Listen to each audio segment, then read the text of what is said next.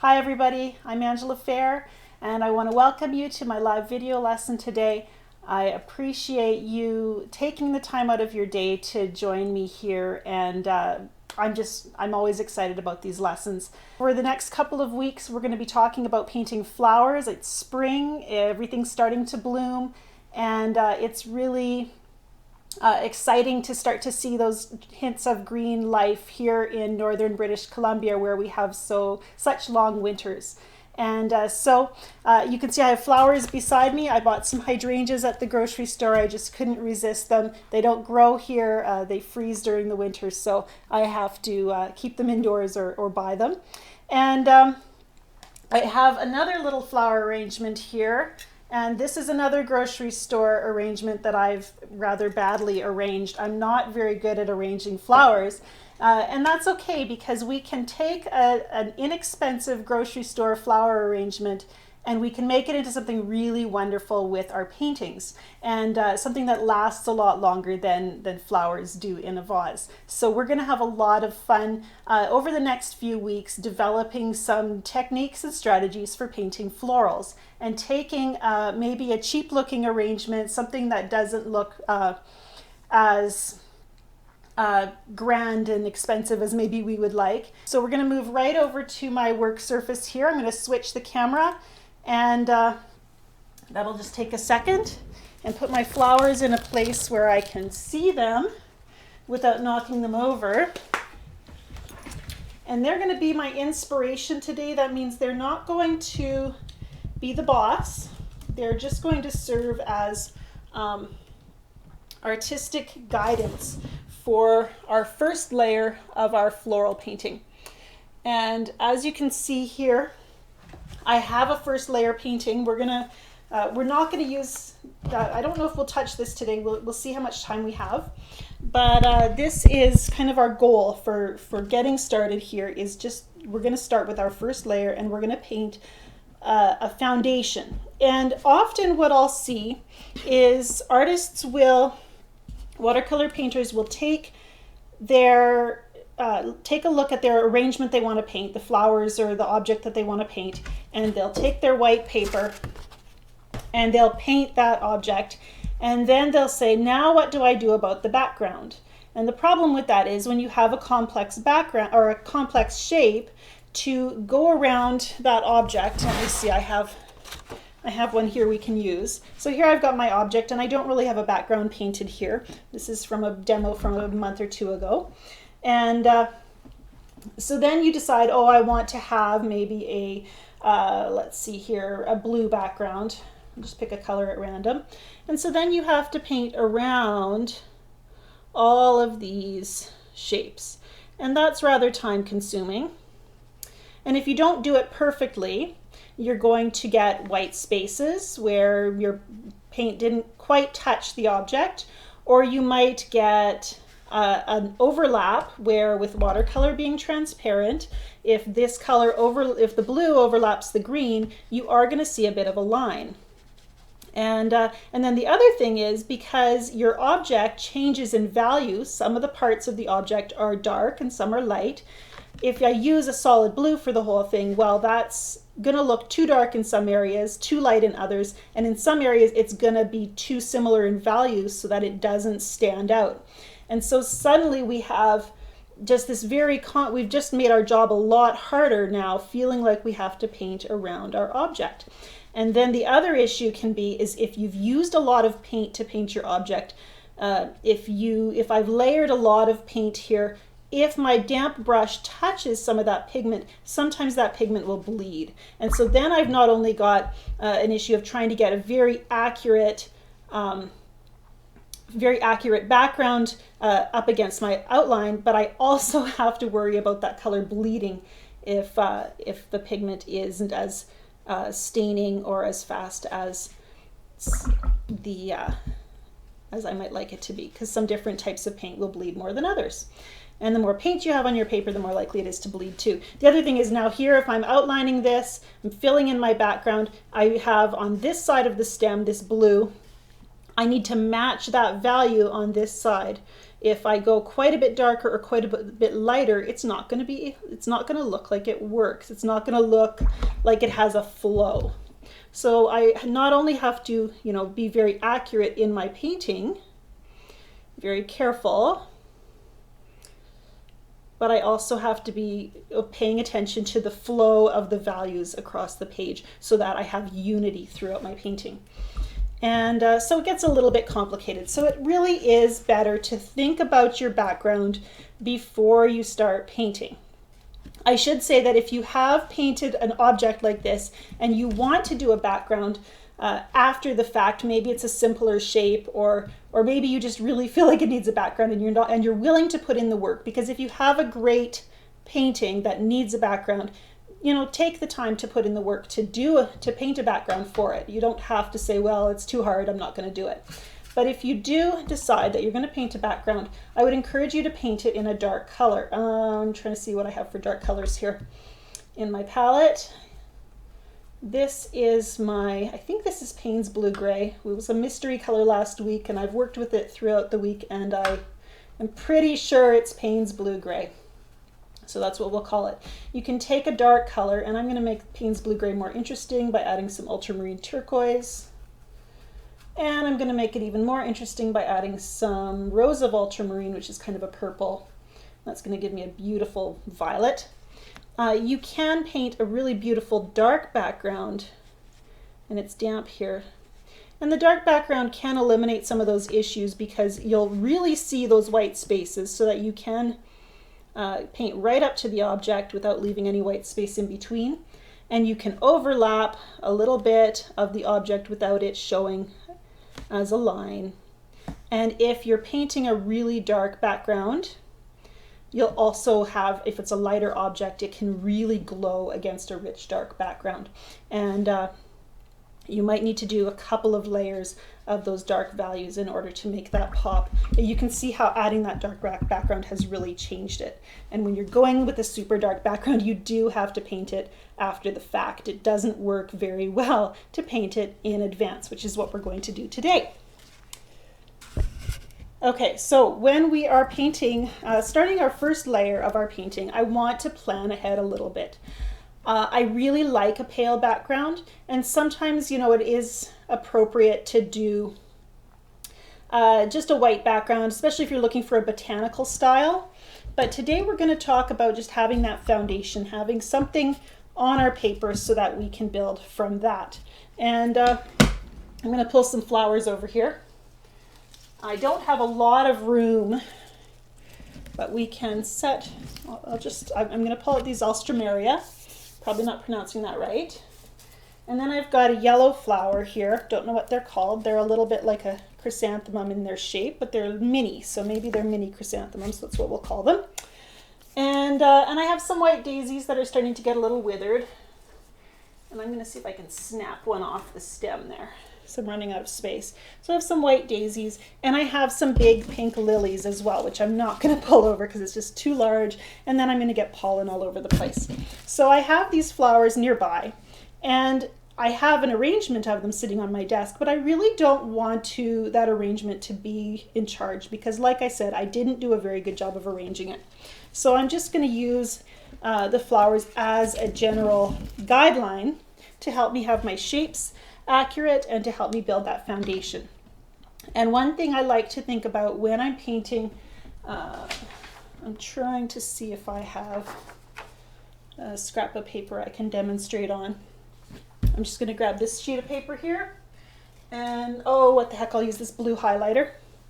You use what you have, and of course if I'm drawing with a highlighter, it's not a very important drawing. So, but one thing you might think of is if you're painting, and I have a square piece of paper here, so I'm going to fold my scrap paper so it's square as well. So you want to plan your composition to work within the space you have. So if I'm painting on a square composition, it's going to be arranged differently than if I'm painting on a rectangle of different proportions.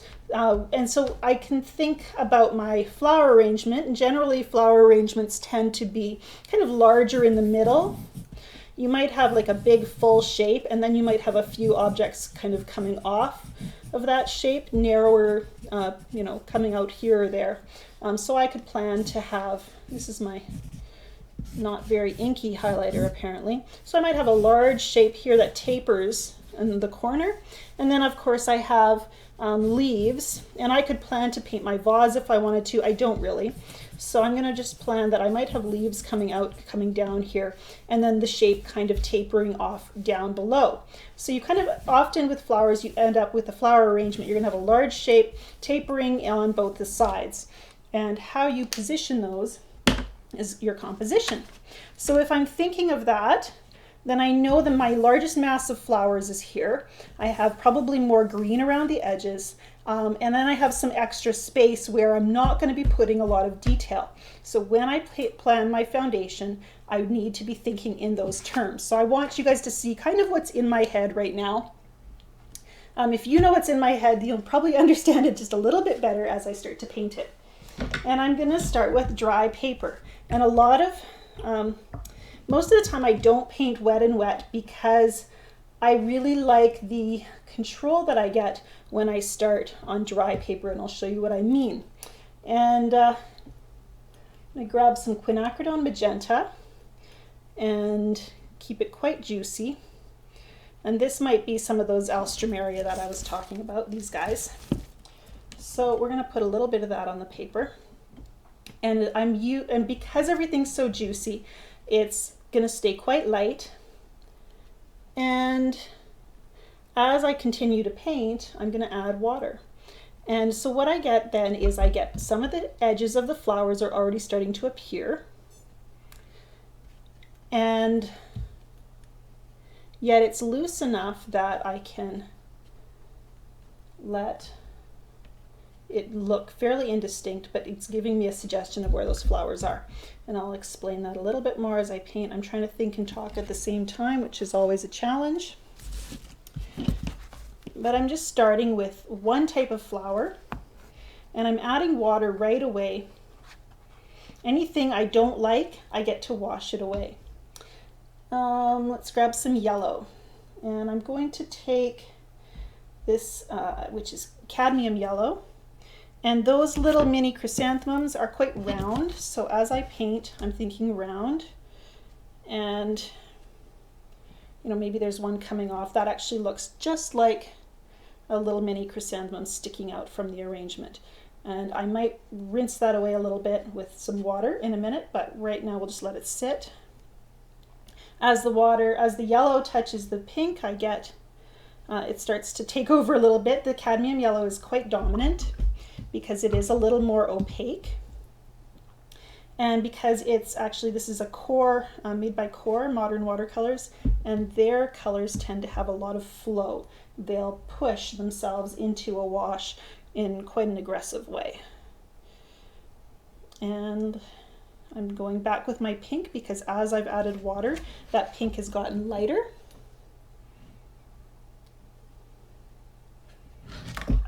And so now I have kind of a bulky shape here where that might be the body of my flowers. It's a little bit bulkier to the side than I would ordinarily like. And so I might adjust that as I paint, just thinking a little bit.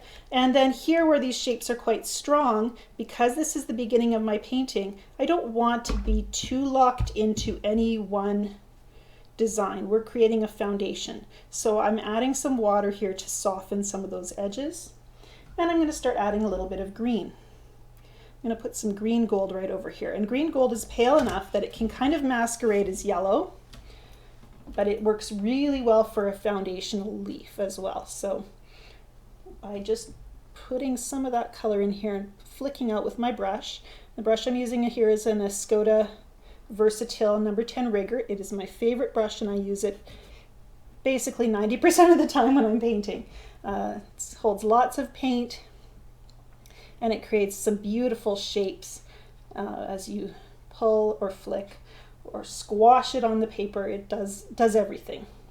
And I'm making this path with the green, if you can see that, and it's a little bit lighter on the screen than it is on my paper. But I do want to keep things fairly light. And I'm going to flick a little green as well. And at this stage, this part of my painting has gotten very wet. Everything else right now is quite dry. And one thing I want to pay attention to is the white spaces. White space, as I build color up, that white space is going to start to dominate and stand out even more. And I don't want my painting to be like a spatter of white that catches your attention like a polka dot dress. So I want to pay attention to where those whites are and make sure there's not too many. So I might just add a little bit of water here and there, a little bit of color here and there to fill in some of those white spots. Now I want to do something up here, and I'm thinking that maybe we need to move to one of those big pink lilies. And the lilies are tricky because we're painting loosely. We don't want to paint the full shape of the lily at this stage. We just want to give it a place where it could belong a little later in the painting when we start to add detail. So right now I'm just going to try to give it some form that's very soft and suggestible. So it doesn't have to be a lily, but it is a place where a lily could be, if that makes sense. So I'm looking for kind of a, it's kind of a big upside down triangle shape. And so I'm got this really, oh, you might not be seeing that, sorry. There's a curve of a petal right here, and then everything else is very indistinct. And I'm actually not loving that shape. It's one of those, such a strong shape that if you don't get it right the first time, you kind of, I don't know, I just kind of want to let it go. So it's loose enough that I can decide to not have that be a lily if I want, or maybe it will just be one that's really off in the background. I could do another similar shape over here. And lilies can also be round depending on the angle you're looking at. Almost like the star shape, but it's a radial shape. If you connected the dots from one petal to another, you would get a circle. So I do think of it as a circle, even though you might be trying to simplify it into a more complex, or trying to break it down into a more complex shape. But at this stage, you want to simplify and just really try to see the basic shapes. And I'm just painting the center of a flower. That's what this is right here. And add a little water. So here I'm thinking of flowers, and yet I'm also letting them go. I'm painting them and then I'm kind of releasing them to create my base, my foundation for my painting. And I'm tilting my board. That's why you're only seeing part of it, as I keep leaning it up against my water containers. And as I tilt, you can see those water droplets down below where everything's flowing down. But one reason I tilt is to avoid getting back runs. With all this moisture, if I were to tilt the other way, those droplets would push against the color that's already sitting on my paper and start to create edges. Those edges can be really beautiful, but they can also be very powerful and dominant in your painting. So I tend to want things to flow kind of downward so I don't have to worry about those edges. Now, I really want to add some more color to my paper. I don't think I want to have all this white space along the edge. So one thing I'm going to do, and I'm going to do that right now, is with my spray bottle, I'm going to start to give some softness. This is where the wet and wet starts to happen. But I'm not doing it in the center here. I want to have a little bit more control, but I am letting some of that color flow around the edges. And I'm going to start touching in a little bit more color as well. And as those colors flow, right now I've got pink, green, and yellow, the three colors that I've used. And the green is the green gold, so it's got a lot of yellow in it as well. And I'm just adding now, this is a green Jadeite Genuine, which is just a little bit of a richer green, just to give me a little more variety. And as the pink flows down into the green, you start to get some neutrals, and they're not really mixing a lot right now, so you don't see a lot of it, but you can get, as those colors flow down, you might start to see some kind of grayish tones emerging.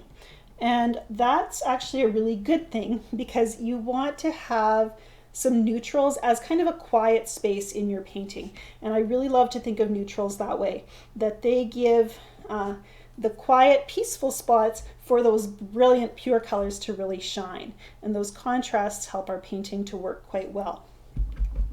So, and I want you to notice as well the light touch that I'm using. I placed those colors early on. I haven't touched them a lot since then.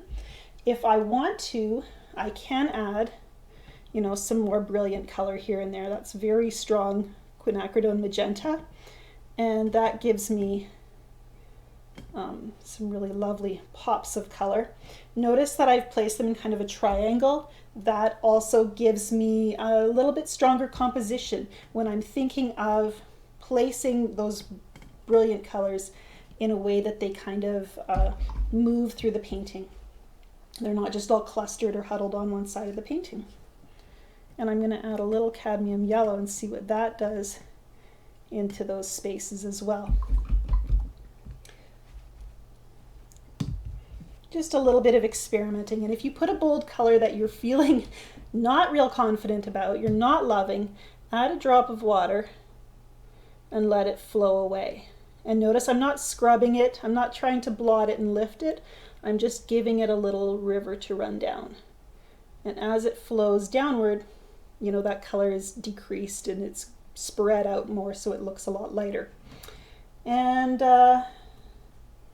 one reason that I have stuck with starting with dry paper, letting things just slowly grow moister as I add water and spritzed it with my bottle, is those little dry spaces can give you some strong areas of pigment. And I'll show you what I mean. Over here on this painting, which actually goes this way, and I'm seeing daffodils in this one. I'm actually thinking that my original plan is going to change and I'm going to be painting daffodils throughout this. Just because of those pops of yellow that are so beautiful. And right here, this spot, the reason I have this strong shape of yellow right here is because this part of the paper right here, everything was fairly damp, but this part was just a little bit drier. And so when I put that yellow on the paper with my brush, it didn't spread evenly. There's a little bit of an edge here because the center part was just a little bit drier. And so when you have those variations where things are moist and dry and almost dry and juicy and puddly, the paint does different things. It's a little bit unpredictable. But when you notice those drier areas, that you can create some really interesting effects. And that is already, I mean, I feel like this area, my daffodil is already 70% painted and I won't have to do much to pull that shape out just because I see it so strongly, just because of that one little shape. So I'm always watching for moments like that. And I can build a whole painting around one little blotch if I see something in there that seems kind of magical to me. And that's a fun technique and skill to learn. Moving back to our original base here. And I don't have daffodils with me today, so I'm not going to paint that flower. Daffodils are kind of a complicated shape, and so I don't want to touch it if I don't have one to look at. And it always is easier to paint something from life. Okay, looking at this again, I'm at the stage where I'm going to want to stop very soon. I've liked the little shapes that I have going on here. I do feel like I have the beginning of a floral painting that I can do something with. I've really tried to not have too many white spaces, like I said, because they can be so dominant. I've also tried to keep things light. I was going to use some yellow just now and I've changed my mind. And I've tried to not paint in details that I'm going to be super committed to. I want to let these different shapes kind of play together as they start to dry. I'm going to add a little bit of green gold here, and this area is almost dry, so notice how my brush marks don't go anywhere. They just sit on the paper and look a little bit more crisp. And as things start to dry, you do start to lose that movement. And I watch for that because there's also, in addition to having, you know, those crisper lines, there's a point in your painting where when you're working with a lot of water, things start to dry and your paper starts to get the consistency. I like to compare it to a damp paper towel. And it's not shiny anymore. The moisture has soaked in, and at that stage, if you add new moisture, especially if you add a lot of new liquid, paint or water, you're going to start to get those blooms and backruns that I mentioned before. So when that imbalance of water gets added to your paper, you'll start to see those edges, which we can use to make a beautiful painting if you know what you're doing. But there's also that stage where it's time to stop and let the paint and water do its magic. And I'm starting to feel like I might be at that stage here. So this foundation that we have, and I actually am going to add a little bit of spatter, because that I can do, I think, without creating any backgrounds. And sometimes I'll use an old toothbrush. If I want bigger splotches, I can use my paintbrush.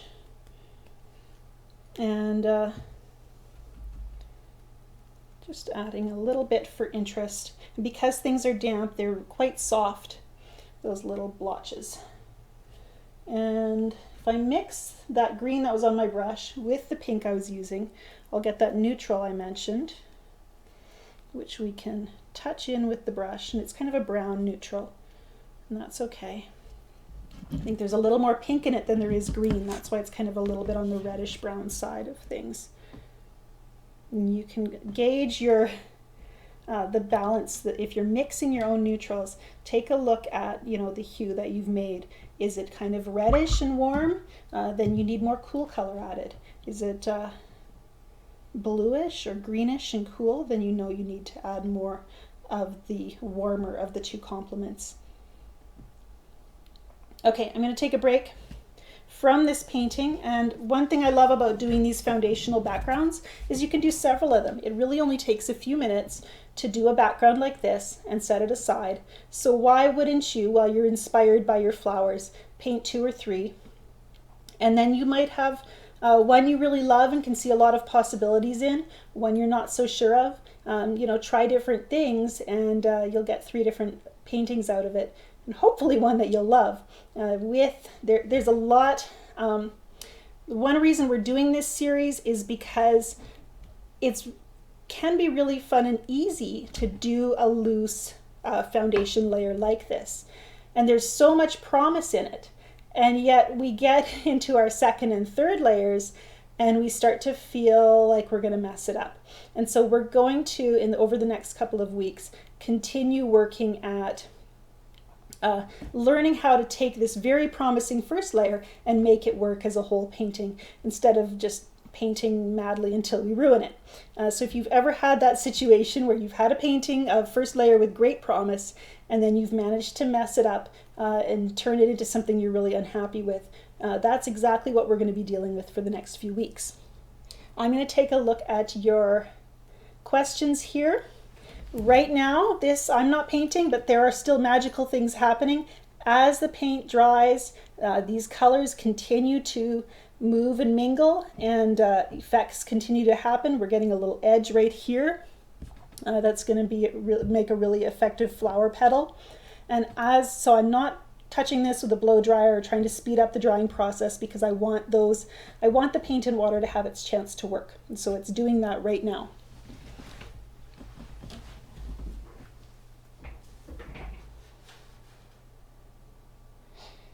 Wayne, you're asking about a principle. Does this principle apply when doing a landscape, for instance? Are you talking about doing a first layer? Because in regards to that, I really think that yes, a first layer that serves as a foundation can be really useful for any subject that you're painting. A first layer can work to establish your composition and the shapes in your painting, whether you're painting a landscape or a floral or anything in between. Taking that time to do a first layer that kind of establishes where everything should go, patterns and rhythm in your painting, can really help serve as your map for the rest of the painting.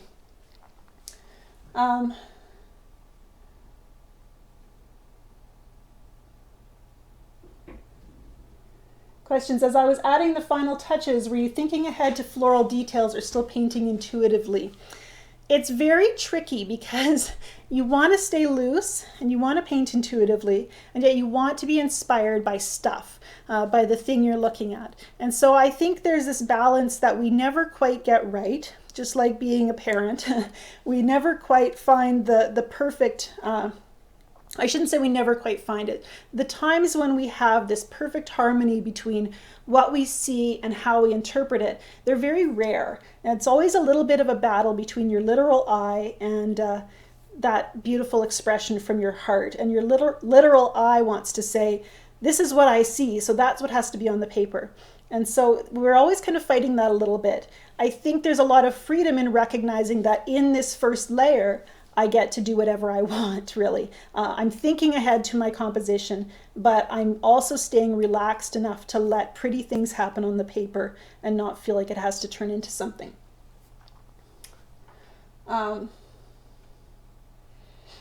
Yeah, Wayne's asking, Wayne, I'm just looking to answer your question. I think Joe's done a good job. So one artist I really admire, and I can't remember his name right now, says work from thinking about working light to dark, and I do that a little bit. There is a place for dark values early in your painting, although not maybe as much in your first layer, but think about painting large to small. As artists, we have a tendency to paint, to get really tight in our detail and how we interpret our painting fairly early in our painting process. And the problem is, as soon as you get tight and controlling with your painting, it's almost impossible to go to a looser stage from that. So start out loose and then plan to gradually tighten. Start out painting the largest shapes and then plan to gradually get into the details. I like to think of it as if I'm driving down the highway, there's a certain point on the road where I can see the mountains. And it would be very foolish of me to stare at those mountains trying to see an individual tree on that mountain.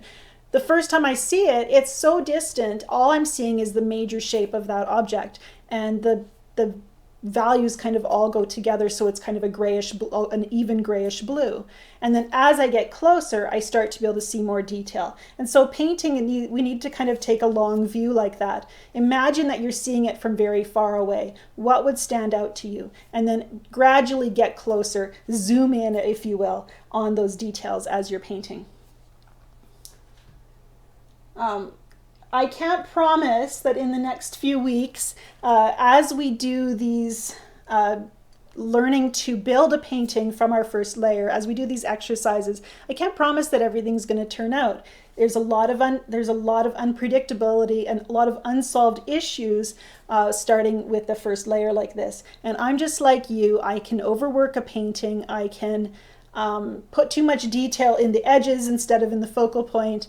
I can lose sight of my objectives while I'm painting and trying to make something succeed, and forgetting that it's like the beauty of expression and painting from the heart that makes a painting work far better than accuracy. And so I can't promise that everything's going to turn out, but it's learning to make those decisions and learning to kind of analyze and react to what's happening to your painting, on your painting, that we are going to walk through and talk about. And then you're just improving your odds of making a painting work. And you know, this one might not turn out. There's parts of this first layer that I'm really liking and parts I'm not liking so much. And there's parts of this one that are going to be really easy to paint and parts that are going to be really tough. And so we're going to look at both of these next week and talk about how to build up some detail. I should mention too, if you're doing a first layer at home and you're really excited about working on that next step, be very careful that you don't start painting before it's completely dry. And generally your paper will get this stage where it looks dry, it doesn't have any shininess to it anymore. You're pretty much ready to start, but if you touch it with the back of your hand and it's still cool to the touch, that means there's moisture still hiding in that paper there somewhere. And just like painting on a damp paper towel, you're not going to get a very beautiful brush stroke. It's not going to be crisp and clear if your paper is still damp. So make sure it feels that if you put your back of your hand to it, you don't feel that coolness, and then then it should be completely dry for you.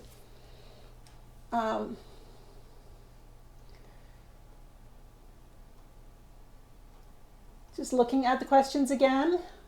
I didn't go over any of the colors I used. They're not listed in the description here, although I will list them once the video ends.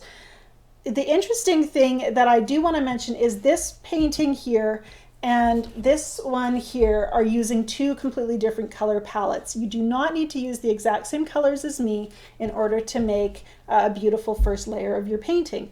Choose a pink. For this one I chose, I think it was a Rose Madder Permanent from Danielle Smith, and Indian Yellow. And the green I used was, I think it was Serpentine actually, but I'm not 100% sure.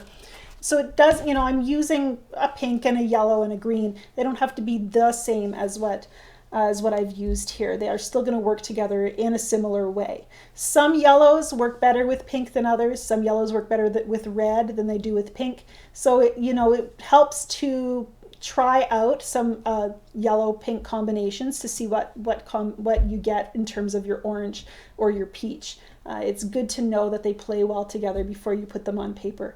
And if you have an idea of which yellow works with which pink, then you're pretty much free to choose whatever. As long as they play well together, you're going to get a really lovely foundation for your painting.